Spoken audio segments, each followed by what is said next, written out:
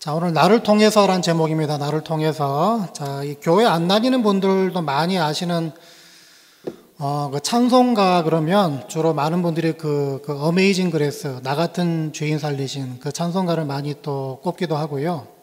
또 소위 말해서 뭐 복음성가라 그러죠. 또 복음성가들 중에서도 교회 안 다니는 분들 좀 많이 아시는 그런 복음성가가 있다면 그 실로암이란 그 복음성가 많이 아실 겁니다.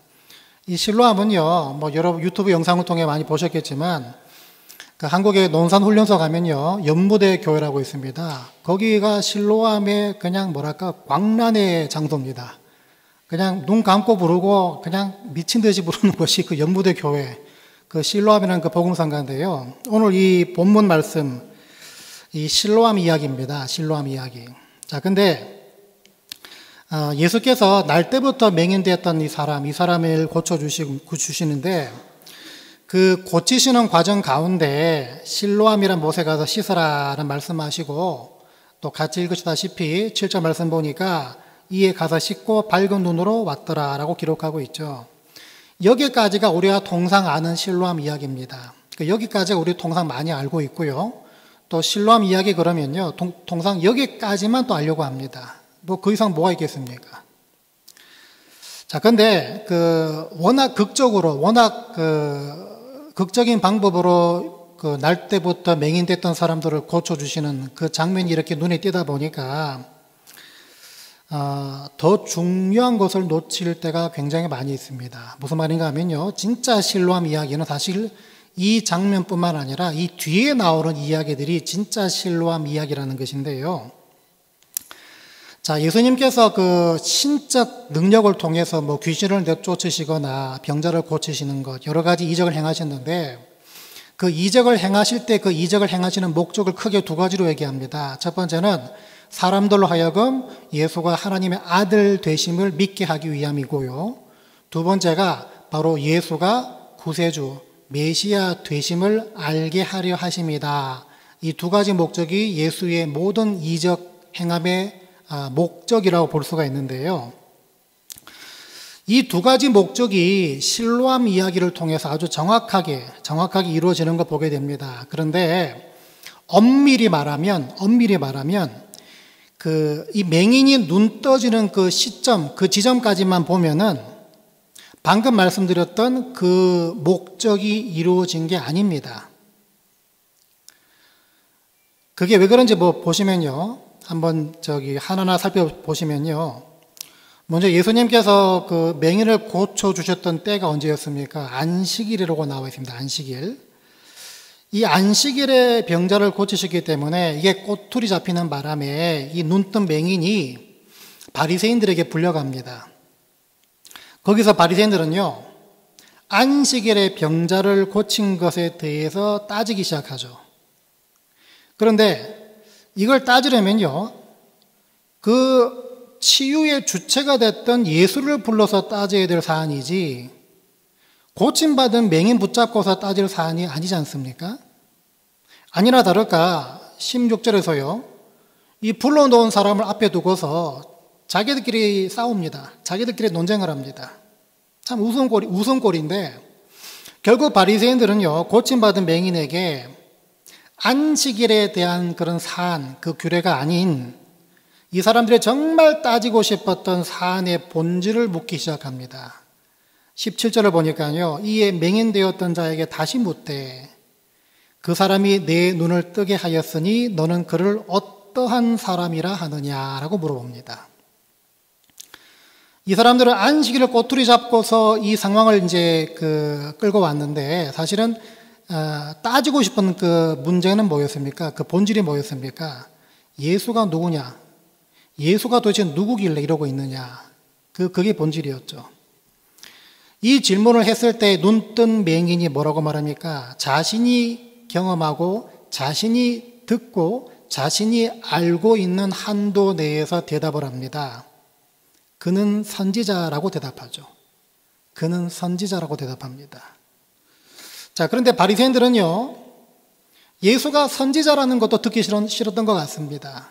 그래서 이번에는 그 눈뜬 맹인의 부모를 소환합니다. 부모를 데리고 와서 예수님이 맹인의 눈을 떠들어 고친 게 아니라 사실은 그 사람 맹인이 아니었던 거 아니었느냐, 그 예수가 눈속임수를 쓴 거 아니겠느냐라는 쪽으로 몰고 가려고 합니다. 그래서 이 사람 부모한테 어떻게 묻습니까? 당신들 아들 태어날 때부터 맹인 맞소? 라고 묻습니다. 이 부모가 어떻게 대답합니까? 20절, 21절을 보니까 얘가 우리 아들 맞고 태어날 때부터 맹인은 맞소. 그런데 누가 고쳤는지 어떻게 눈을 떴는지 그건 우린 모릅니다. 내 아들 다 장성한 성인이니까 직접 물어보시오. 그렇게 애매하고 약간 발을 빼는 듯한 그런 대답을 하죠. 그렇게 말한 이유를 22절 뭐라 그럽니까? 그 부모가 이렇게 말한 것은 이미 유대인들이 누구든지 예수를 그리스도로 시인하는 자는 출교하기로 결의하였으므로 그들을 무서워함이더라. 그게 두려웠기 때문에, 출교가 무서웠기 때문에 이렇게 대답했다는 것입니다. 이 출교는 단순히 유대교에서 쫓아낸다 말이 아니라 더 나아가서요, 완전한 사회적 단절을 얘기합니다. 모든 사회적 관계의 단절을 얘기합니다. 자, 속 시원한 대답을 듣지 못한 바리새인들이 다시 이 눈뜬 맹인을 다시 부릅니다. 그리고 24절에 보니까 자, 똑바로 말해라. 똑바로 말해서 하나님께 영광 올려드려라. 널 고쳐준 그 예수라는 사람 죄인이지 선지자도 하나님의 아들도 아니지 않느냐라는 식으로 추궁합니다. 그때 눈뜬 맹인의 대답이 이렇습니다. 그분이 하나님께로부터 온 분이 아니라면 아무것도 할 수 없는 거 아니겠습니까? 여러분, 지금 눈뜬 맹인이 예수를 아는 지식, 예수를 아는 자기 나름대로의 어떤 정의, 어떤 이해가 어떻게 지금 변화하고 있습니까? 처음에는 예수가 누군지 아무것도 몰랐죠. 근데 나음받은 이후에 어렴풋이나마 선지자일 것입니다 라고 대답했다가 지금 여기 와서는요, 하나님께로부터 온 분이라고 대답하고 있습니다. 그러니까 쉽게 말하면요, 주구장창 요구하고 있고 주구장창 추궁하고 있는 이 바리새인들의 입맛에 맞는 대답을 하지 않고 있다는 것입니다. 자, 시간이 지나서요, 나름대로 이런 고초 아닌 고초를 겪은 이 맹인, 이 사람한테, 눈뜬 맹인한테 예수님이 찾아오십니다. 다시 만나주시는데, 그리고 35절까지 내려가서 보니까 이렇게 물어보십니다. 네가 인자를 믿느냐? 여러분 갖고 있는 성경책 보시면 그 인자란 그 단어가 다른 식으로 하나님의 아들로 해석되고 있죠. 다시 말하면 이 눈뜬 맹인한테 지금 예수께서는요, 네가 지금 하나님의 아들을 믿느냐라고 물어보시는 것입니다. 맹인이 믿는다라고 말하자 37절에 예수께서 말씀하십니다. 네가 그를 보았거니와 지금 너와 말하는 자가 그이니라. 바로 나라는 것입니다. 여러분, 사마리아 우물가 여인에게 그 예수께서 마지막 하신 말씀이 있죠. 내가 바로 그이다. 똑같은 말이죠. 네가 지금 나를 보았거니와 내가 바로 그 하나님의 아들 예수다. 자, 그리고 이 눈뜬 맹인은 이 말을 듣고 굉장히 놀란 것 같습니다. 자, 그래서 처음엔 선지자로, 그 다음에 하나님께로부터 온 분으로, 자, 그리고 여기서는요, 이 사람이 결국 주여, 내가 믿나이다 라고 주님 앞에 엎드려 경배합니다. 예수를 하나님의 아들과 구세주로 믿게 됐다는 것입니다. 예수를 하나님의 아들과 구세주로 믿게 됐다는 것입니다. 자, 여기까지의 과정을 통해 우리가 알 수 있는 게 있습니다. 우리가 오늘 같이 읽지 않았지만요, 저 위에 2절, 3절 보시면 이런 말씀이 나옵니다. 제자들이 물어 이르되 랍비여, 이 사람이 맹인으로 난 것이 누구의 죄로 인함이니까? 자기니까 그의 부모니까? 예수께서 대답하시되 이 사람이나 그 부모의 죄로 인한 것이 아니라 그에게서 하나님이 하시는 일을 나타내고자 하심이라. 아멘.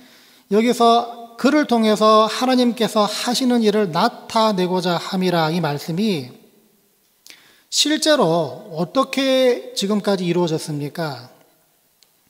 서두에서 말씀드린 것처럼요, 통상 주님께서 맹인을 고쳐주시는 그 극적인 장면이 하나님께서 이 사람을 통해 하나님 일을 나타내는 것이 아닌가. 물론 그것도 맞죠. 맞습니다. 맞는데, 근데 앞서 말씀드린 것처럼 이 실로암 이야기는 거기서 그쳐서는 안 된다는 것입니다. 왜냐하면 이 맹인은 예수를 만나기까지 예수를 단순히 선지자 내지 하나님이 보낸 분으로만 알고 있었기 때문입니다. 예수를 다시 만나기 그 시점까지는 말씀드린 것처럼 그냥 선지자 내지 하나님이 보내신 분으로의 차원으로만 알았다는 것입니다. 그리고 여러분, 예수께서 이적을 행하신 목적이 뭐라 그랬습니까? 두 가지라 그랬죠. 하나님의 아들 되심을 믿게 하려 하심이고, 두 번째는 예수가 바로 구세주요 메시아 되심을 알게 하려 하시기 때문이다. 이 두 가지 목적이 예수의 이적 행함의 두 가지 큰 목적이라 말씀드렸는데, 그게 눈이 뜰 때 이루어졌습니까? 아니면 고침받고 바리새인들의 추궁당하고 난 뒤에 예수를 다시 만났을 때 그게 이루어졌습니까? 후자죠. 전자가 아닙니다. 단순히 실로암 저 앞부분에서 그게 이루어진 게 아닙니다. 뒷부분에서 이루어졌다는 것입니다. 여러분, 그래서요, 하나님께서 하시는 일을 이 사람을 통해 나타내게 하기 위함이다. 거기까지 가는 과정 가운데 지금 곳곳에 기록되어 있는 그 맹인의 행적에 한번 주목하시기 바랍니다. 바리새인들의 회유, 바리새인들의 그 추궁, 거기에도 불구하고요, 이 사람은 있는 그대로, 경험한 그대로, 본 그대로, 그리고 생각한 그대로, 믿는 그대로, 혹은 들은 그대로 말하면서 예수를 끝까지 부인하지 않는 행적이 중간중간에 기록되는 걸 보게 됩니다.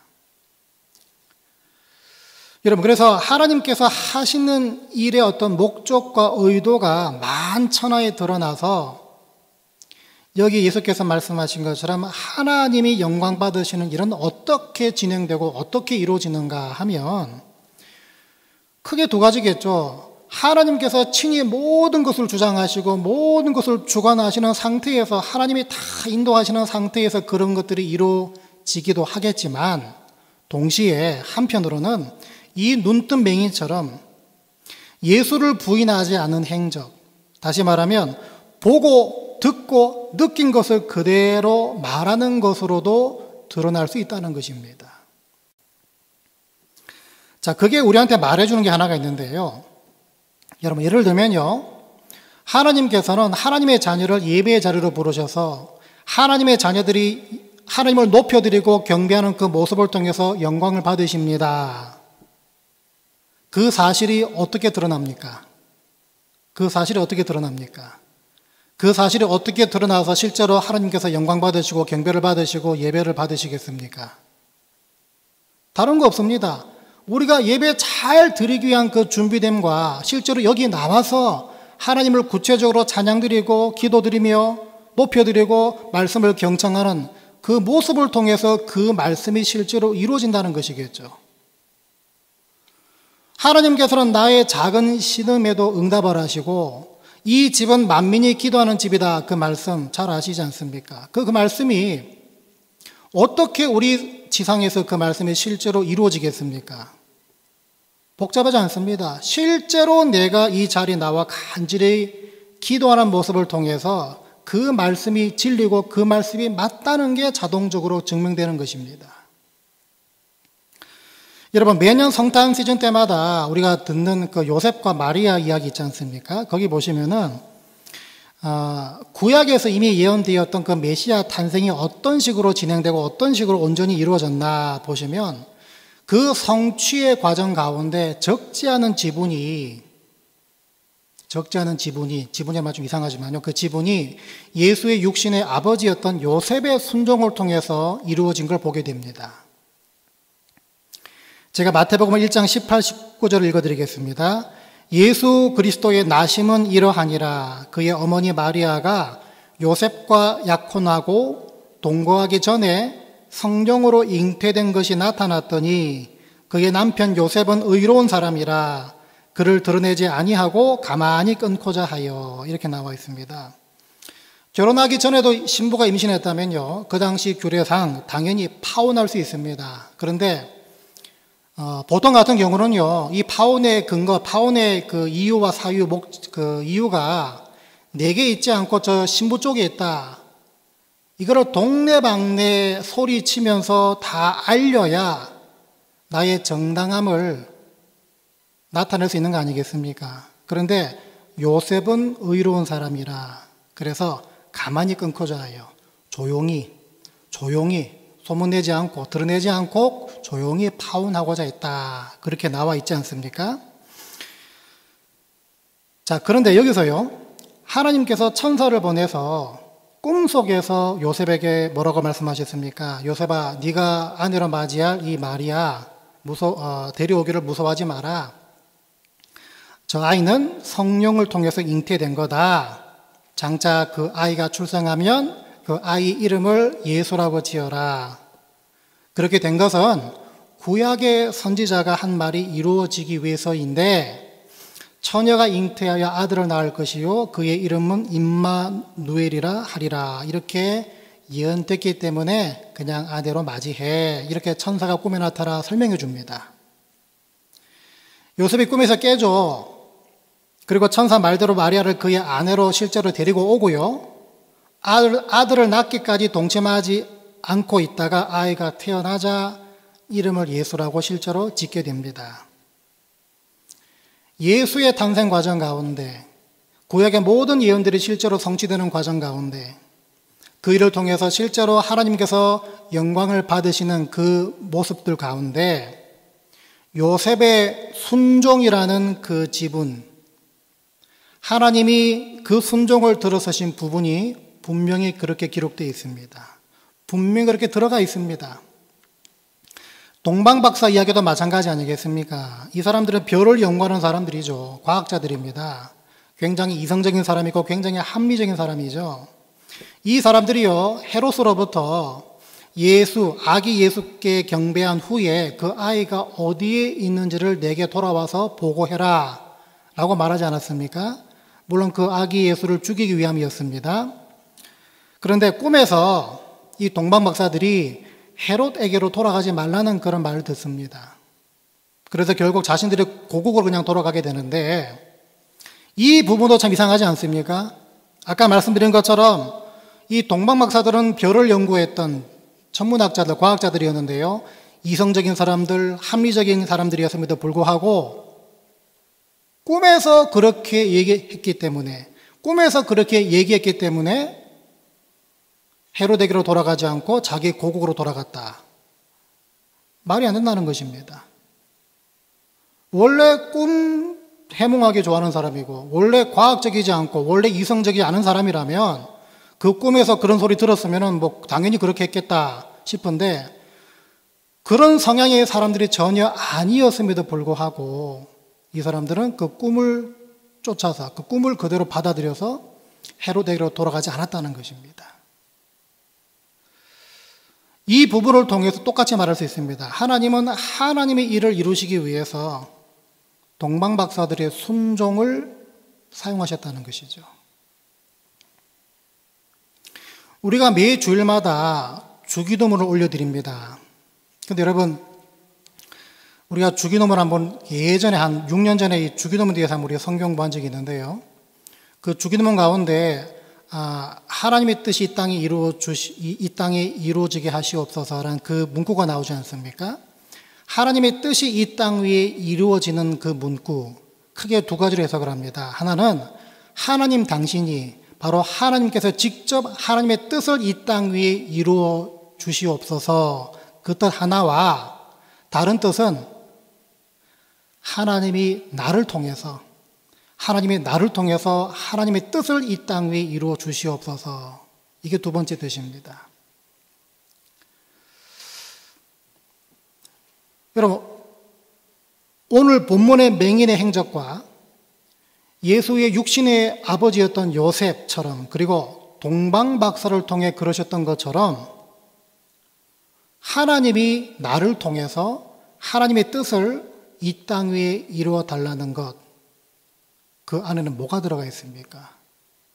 내 순종을 통해서 하나님께서 영광을 받으시고, 내 순종을 통해서 하나님의 하나님 되심을 드러내시고, 내 순종을 통해서 하나님 말씀이 실제로 이 땅 위에서 이루어지고 내 순종을 통해서 실제로 하나님의 뜻이 이 땅 위에 성취되어지는 모습들, 이게 다 요셉과 동방박사와 오늘 이 맹인 이 모습을 통해서 볼 수 있다는 것입니다. 우리가 믿고 섬기는 하나님께서는요, 우리에게 예배 때마다 하나님의 실존하심과 창조주 되심과 구세주 되심과 우리 삶의 인도자 되심을 드러내라고 말씀을 주십니다. 그 목적이 이루어지는 과정 가운데 바로 저와 여러분에게 주신 지분은 그 말씀을 성령의 검으로 사용해서 순종하고 적용하라는 것입니다. 우리가 정기적으로 받는 말씀을 바로 그런 차원에서 받을 수 있어야 합니다. 그러지 않을 때 하나님의 신령한 말씀은요, 그냥 듣고 흘려보내는 말씀으로 끝나기 때문입니다. 여러분, 바라기는요, 누차 강조합니다. 우리가 받는 말씀, 우리가 듣는 말씀, 내가 품고 있는 말씀, 그냥 듣는 것으로 끝내지 마시고요, 그 안에서 내가 들어야 될 순종이 무엇인지를 깊이 생각함을 통해서 하나님의 뜻이 나를 통해 내 순종을 통해서 이 땅 위에서 이루어지는 그 일에 쓰임받는 분들 되시고요. 예배 때마다 그런 차원에서 말씀을 늘 취하는 분들 다 되시길 바랍니다. 나의 순종을 통해서 하나님의 뜻이 이 땅에 이루어지는 사명을 늘 기억하게 되시길 바랍니다. 거창하고 복잡한 거 아닙니다. 오늘 본문의 맹인처럼 단순히 보고 들은 것을 부정하지 않는 차원이기 때문입니다. 그래서 여러분, 보고 듣고 믿는 대로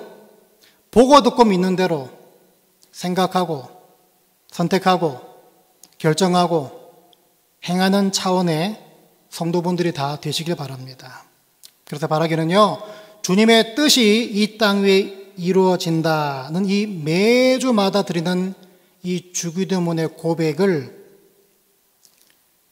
거짓으로 만들지 않는 저와 여러분 다 되시기 바랍니다. 그래서 예수의 하나님 아들 되심과 예수의 구세주 되심을 고백하고 믿는 분들 다 되실 뿐만 아니라 순종의 차원까지 생각하시고 깊이 생각하셔서 결국에는 다른 분들을 예수가 나의 구주요, 예수가 나의 인도자 되시고 예수가 하나님 아들 되심과 예수의 창조주 되심을 믿게 만드는 저와 여러분 다 되시기를 주의 이름으로 간절히 축원드립니다.